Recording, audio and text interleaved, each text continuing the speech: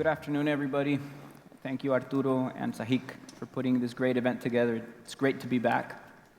During the next couple of minutes, we're going to talk a little bit about the financial and capital markets related to hospitality and tourism.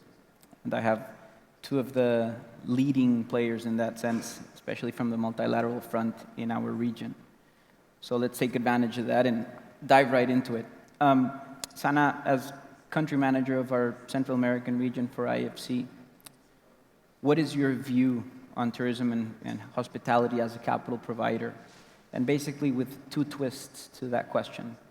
One, in a circumstance like the one we lived in the last couple of years where the macroeconomic variables were basically blurred, and normally those are the hotel performance indicators or the drivers of hotel performance indicators. How do you manage that from the capital market perspective? And then where do you see opportunities now that we're, I would say, safe to say, out of this pandemic? Thanks, Cristian. Buenas tardes a todos. Very nice to be with you here today in person. My first conference in person after more than 2 years, so definitely happy to be here. Back to your question, so, and I work at IFC. I'm the regional manager for Central America. We are the largest multilateral institution in the world dedicated specifically to the private sector. For us, tourism obviously is an important sector. It's one that we've been dedicated to for many years, and the reason is clear. We are in development. It's very important in terms of creating employment. It provides huge benefits to the whole supply chain, not only in the hotels themselves, but clearly all the jobs that are created around that globally. And particularly when you look at certain subsectors of hotels, the all-inclusives, for instance, and their impact on the whole supply chain around them. If you look at certain countries where the economies are 100% almost related to tourism, Maldives, for instance, we've developed significant expertise in the sector. We've done in our deal sheet more than 300 projects, more in about 100 countries globally. About $4 billion in investments to date across regions with a specific focus on East Asia and Pacific, Latin America, and the Sub-Saharan African region. Obviously, I don't need to give you more details. You've heard throughout the whole day, and everybody in this room knows how hard hit this sector has been, unfortunately, since COVID started, specifically due to the restrictions on international travel and all the losses that we've had in terms of revenues and also in terms of employment. We talked in 2020 about a little bit over 60 million jobs globally that were lost, and we're hopefully going to make up for some time in this year or next year at the latest. And right now, everybody's reading and listening to the current war that we have in Ukraine and the conflict between Russia and Ukraine. Luckily, this region does not receive a lot of tourists from that region. So not that much impact if we compare Latin America, for instance, to certain countries in Europe, to certain countries in the Middle East, such as Dubai, for instance, as one of the favorite destinations. But we might be indirectly hit as excess capacity in these countries might attract some of the tourists that historically come to Latin America. In terms of the opportunities and what we look at, and I'm speaking here again from the perspective of IFC as an investor, and debt provider in the tourism sector, we see 4 key areas. One of them, which we did a lot of at the beginning of the pandemic, and that's in terms of providing liquidity to tourist companies, hotels, and so on, to kind of help with really weather those first 3 to 6 months of the pandemic where pretty much everybody was closed down. We did several projects globally. I'm just going to highlight some of those. We did a $150 million facility for the Shangri-La hotels, for those of you who are familiar with the chain in Asia. Here in the region, we did 2 projects with the Xcaret Group in Mexico for about $90 million. Those of you who know the Mexican market know that this is one of the key players with a huge impact on the local economy. And we've done also recently a PE fund investment. That's the first area. The second one is additional capacity. And here we're extremely selective, so we're going for partners that are well-known, that have a proven track record, that know really the sector very well, and are already on a good financial standing for us to help them with that increased capacity. And we are right now, for instance, looking at an investment in I can't say the country, it's still ongoing, but it's a large investment, over 1,000 new rooms with one of our partners that should hopefully see the light very soon. The third area where we're very active is the whole support to financial institutions, and we've done lots of work in capital solutions, particularly for financial institutions, so that in turn they can lend to the SME segment, and many of these are part of the tourism sector, so they're indirectly benefiting from our investments. And the final area, and I'll stop after that, is the advisory space, where we're extremely active in terms of doing lots of hand-holding, specifically in the green and climate area, for many of our clients in the tourism space, or clients of clients, let's say financial institutions, to help them be leaders in that space, readjust some of the existing buildings so they are EDGE certificate, so that they are more energy efficient, to reduce the operational costs and really help their performance look better, and help them attract potential investors like us, our friends from IDB, for instance, that are more and more looking at this sustainable and climate angle. Okay, thank you. I think it was very, very clear. Rogerio, as head of real estate and hospitality at IDB Invest, you have a view of the entire region, and some of our markets changed quite a bit over the past couple of years, some more than others. How do you read those markets where you don't have macroeconomic variables that are clear in any given moment, from your perspective, especially if you're trying to deploy equity, such as what Sanaa was saying right now, to help, to grow, to improve? How do you measure that risk? Mm-hmm. Well, happy to be here and sharing the panel with Cristian and partners like IFC, who we've done projects together in the past. When the pandemic hit, we have the triple sudden stop that we call it, right? There was a reduction in mobility because of the lockdowns and people not being able to move. You had a reduction in trade, both in volume and prices. And then you had the financial flows, both direct investments as well as remittances. And that created a situation where we thought we were going to have a lost decade in Latin America. Everyone was extremely surprised to see how quickly we were able to recover in 2021. To the point that commodity prices, they were significantly depressed, and yet today you see meat, soy, oil, obviously, copper, among many other commodities that have fully recovered and even exceeded the prices that they were before. So that provided some normalcy to the region, which is giving some comfort in terms of macroeconomic indicators. As it relates to the situation of specific countries, the biggest concern remains to the fact that governments had to step in and provide a lot of support and subsidies to a variety of sectors within the economy to keep them solvent. And that created a debt burden that is of proportions we have never seen in the region. So now there's a significant amount of pressure to issue fiscal reforms in Latin America and the Caribbean. And those fiscal reforms, as you know, are highly questioned by the taxpayer because they're in need of capital, and yet there's a fiscal reform that is going to put an additional burden. So the biggest concern going forward is what is going to be the government's ability to be able to reduce the debt burden. Now, as it relates to the tourism sector, and we've heard throughout this morning, the positive news is that recovery is on its way. And depending on the market that you are, whether you focus a little bit more on leisure, whether you focus a little bit more on domestic demand, you have been able to recover in a decent fashion, and many markets have already exceeded a 2019 performance. So as an institution that is counter-cyclical, just to give you a frame of order magnitude, last year we had a record year in terms of approvals, over $23 billion across our public side, which is sovereign lending, and the private sector. Never had we done that volume of activity in the region, which indicates not only our role as a development institution, not different to IFC, to be there with our partners when the region most needs it, but also trying to weave through the tea leaves, and understand and what is the resiliency of a variety of sectors, and what is the ability for it to recover. And tourism has proven to be one of those industries that, despite being significantly battered, it is turning around. And whenever you have a situation of daily leases that you are able to adjust pricing based on demand, you're able to be much more creative and adapt to situations.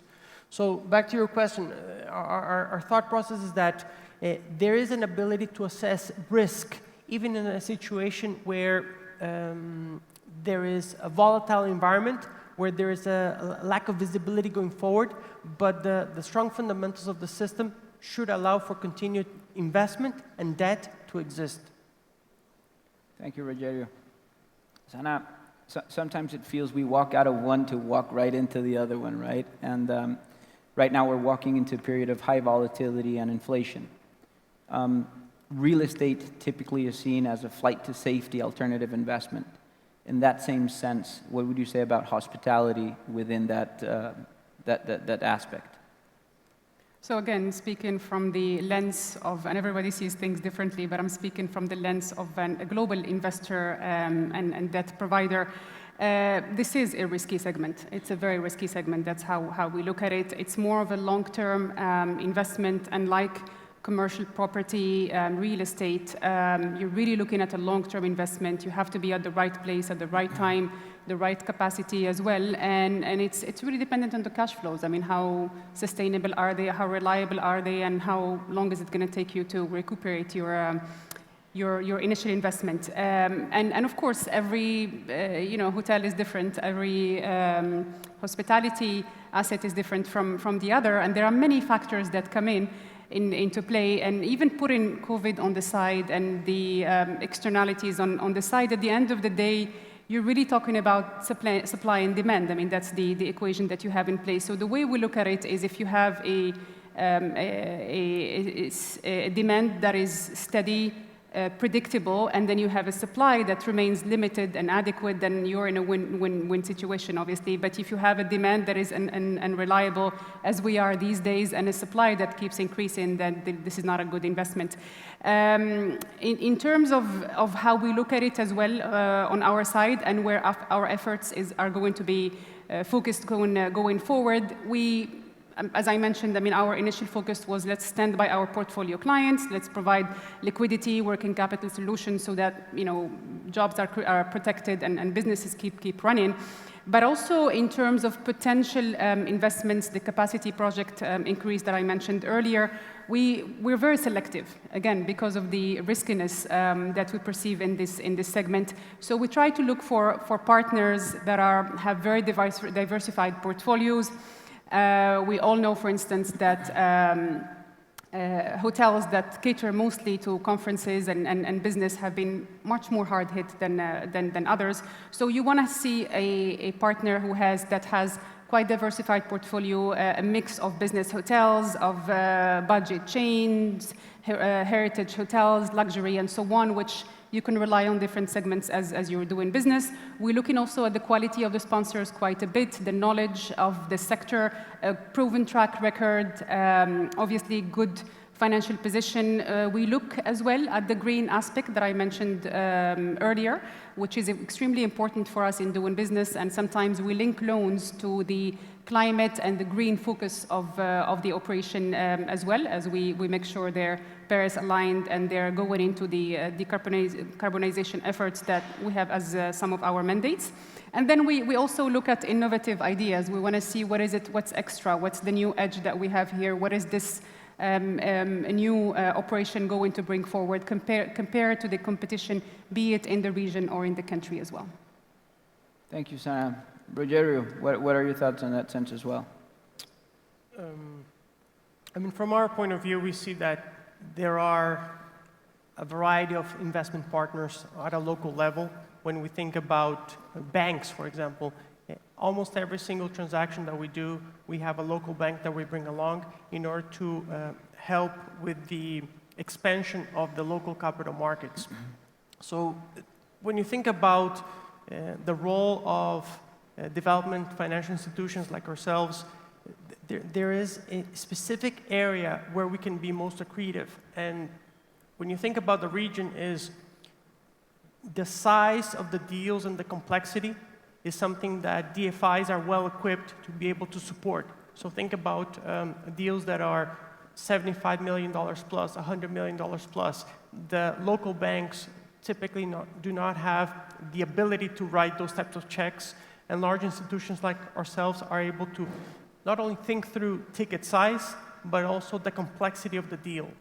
When there are innovative concepts, whether it is development of new destinations, new concepts that are coming online, for example, everything related to lifestyle hostels. We did a significant investment in a Selena platform, which is a regional player in the region.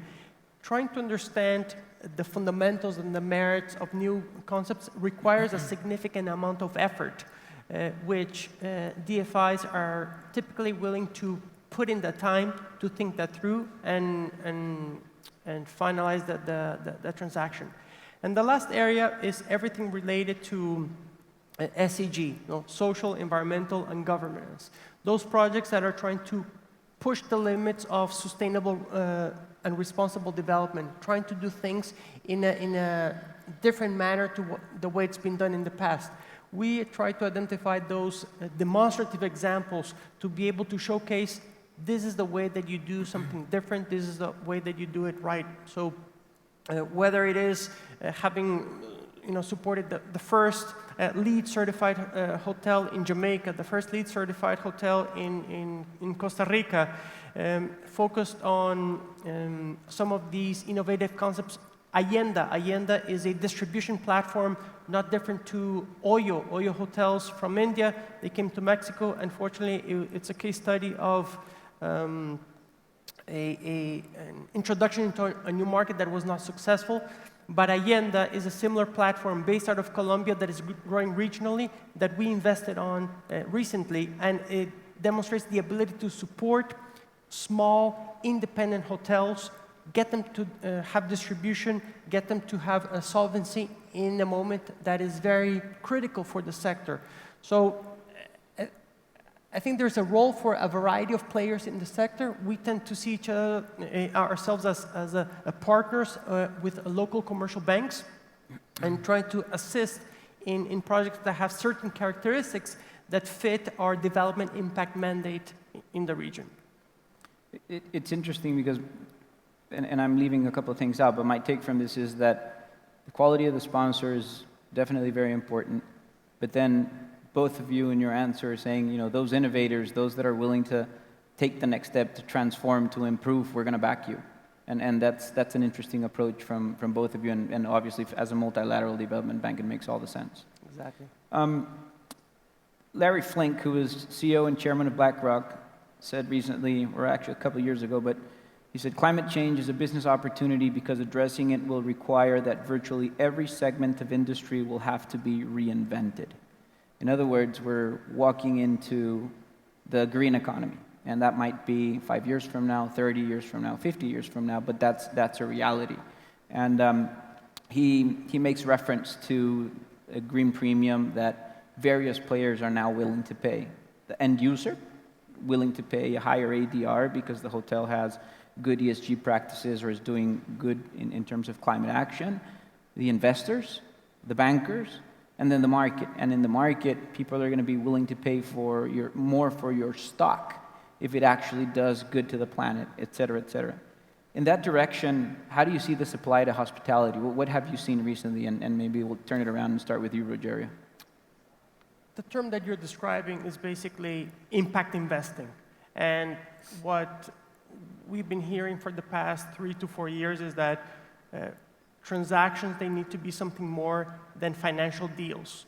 They need to have impact. And what is that impact? It is not only environmental sustainability, but also social sustainability, which is how are you activating the local value chain? How are you working with the local community? How are you doing something that is different and responsible for the long term?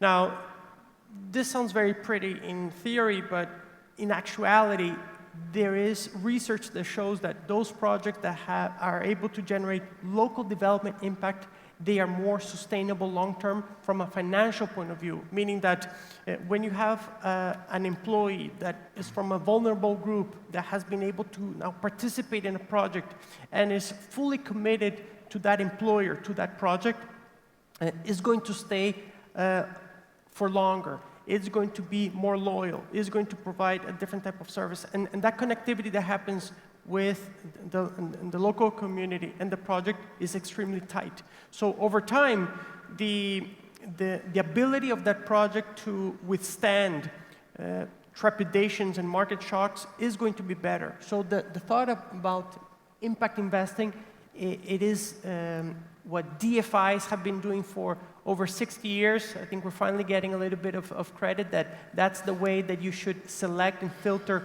deals.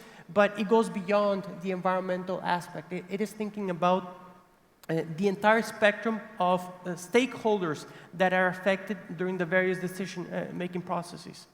Now, clearly, everything related to climate change, climate resiliency comes front of mind. But thinking about the social sustainability is key. Everything related to digitalization and those trends that are coming online are also elements that we discuss. This month is Women's Month, so there are enormous efforts to close the gap on gender equality. We need to be able to rise women to a different level. We talk in Latin America about 54% of women participate in the labor force. In the Caribbean, it's about 59%. And at first glance, those statistics look extremely promising and good.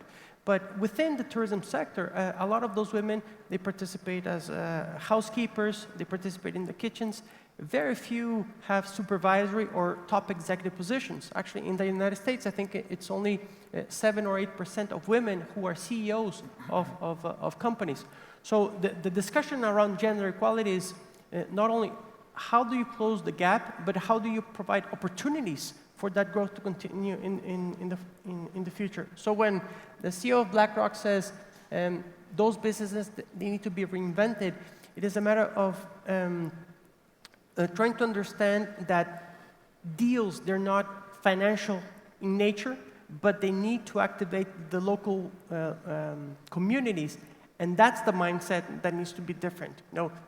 When I'm signing a franchise agreement, a management agreement, when I'm an employee and employing my people, what am I going to do different than I was doing in the past? Okay. Thank you. Sanaa, in that same line, and I'll do a 2-in-1 in sake of time. What do you see, or what role do you see natural capital playing in LATAM within this industry that is experiential? And then one closing question, what do you see for 2022 and going onward? Look, I mean, and I totally agree 100% with Rogerio. I mean, you do have, it's the days of just doing financial modeling and looking at the IRR, which is still a big component that drives our investments. But those days are long gone. I mean, a good project is multi-layered. So obviously you have the financial performance and what's the expected cash flows and the region and all the fundamentals of the project itself. You have the sponsor quality, integrity, due diligence, and so on that we do. You have the whole environmental and social, the sustainability, the governance practices as well of the company itself. And then you have the whole gender angle that Rogerio just mentioned, where indeed, unfortunately, when you go to the C-suite and when you go to board level positions, you have very few participation of women in other industries as well, but perhaps more so in the tourism industry. And in my sense, not only as in the right thing to do, but this is a huge opportunity cost for these companies, because at the end of the day, most of the time, the drivers of going to a hotel A or Hotel B is going to be the wife, is going to be the matriarch of the family. So not having that representation at the level of the board of someone who understands this segment and really influences the decisions is just, to me, a no-brainer that you do need to have parity at those levels so that your strategy that the board is driving really takes into consideration the women participation. In terms of where we're looking at demand and where things are going in the future, obviously none of us has a crystal ball, but at least in the short term, we do expect still quite a bit of domestic tourism. Just because it's easy, people want to go to places that they know, that are reliable, and that more or less under control. We are all hoping and prayer that Omicron was the final wow moment of COVID, that after this we're going to move on to more or less normal lives. But clearly going with that comfortable space is going to be the way going forward. A personal experience back in December, my family, we were trying to book vacation, and we haven't been on any, and we spend all of our extra income on vacation. We love to travel, but we haven't been able to do anything since COVID started. So almost our last wow vacation was in Asia back in January, February of 2020. And so we sat down and looked at different locations, but because of the situation, we have small children that are not vaccinated yet. So we said, well, let's stick to places that we're comfortable with. But because of the whole situation, we came up with plan A, B, and C, just in case one of them doesn't work out. And all of the destinations are places we know, we're comfortable, we know the health system, we know how to get in and out, we have friends and family. First destination was Morocco. We had the tickets. We have everything set in space. 1 week before the trip, Morocco closed the frontiers of the whole country for 2 months. So luckily, we could recuperate our investment in the vacation. So there goes our option A. Option B was a country in France, France in Europe, which again, we know the system, we have family members and so on. And right again, because of the increase in the cases and the situation in the hospitals and so on, and the family that we were supposed to travel with got COVID also a couple of weeks before, we said, okay, this is not gonna work. So we went with option C, which was California in the US, a country we know well, we know the medical system. It's not too far away to fly from here, and we just felt comfortable. We'll hit the airport, we'll rent a car, we know where to go, we knew the hotels very well. So you kind of have that. I mean, yes, it's not super domestic, but it's regional. It's the unknown to me that will probably take a little bit more time to become mainstream again, unless things are fully under control. And again, the situation of COVID, the restrictions, the quarantine requirements will influence a lot of this demand that we're seeing. And in general, I mean, I think not only, and I know most of hotels, unfortunately, are coming this in a really financially strained situation, but they have to look at all the other elements that we mentioned earlier, you know, the gender, the sustainability, ENS practices, board practices, governance, digital presence, which we know is even much more so important than it was prior to COVID starting. Okay, thank you. Well, we're out of time, but I would say that... Didn't Raul give us 2 minutes? No? Sure. Go ahead. See. Go ahead. I think when there's no doubt that our region has been disproportionately affected because of COVID. But and it's also important that we cannot look at all these statistics on a global basis. What's happening in the Caribbean is phenomenal. You know, the recovery of the leisure market is outstanding. And all of that push towards all-inclusive is a trend that is here to stay. I believe that you know, this is a model that is quite interesting. However, the challenge that I would pose to all of the major companies that are looking to the sector is all-inclusives can no longer be the large, big boxes of the 1980s. You know, you have a customer who is more sophisticated, who is looking for authentic experiences, who wants to explore the countries. So how do you create this product whereby the way that is sold, it's all-inclusive, but you're allowing the guest to go outside of the compound, to enjoy local experiences, to enjoy the country, and then to be able to come back in the future because there were things that were left unseen and that are important. So I think the evolution of the all-inclusive product is key. And secondly, thinking about our region as a whole, it is extremely fragmented from a capital markets perspective, from a product point of view. You look at third-party management companies. There is significant room for consolidation and for that sector to get sophisticated over time. So I think that the takeaway is that when you look at investment in the region, both from an equity perspective, but from a debt point of view, there is opportunity because of that fragmentation. There is a return of the fundamentals that is gradually coming back. And the sentiment when you talk to these capital providers is that you have the fundamentals to be able to analyze risk, price risk, and be able to invest for the midterm starting 2022, 2023, and beyond. So from IDB Invest, we continue to be excited about the region, excited about the sector, and we have ability to continue to be active in the region. Arturo, Florencia, sorry for the delay, but when the banker asks for time, we have to give it to him. Rogerio, Sanaa, thank you. Pleasure. Thank you, everybody. Pleasure. Thank you.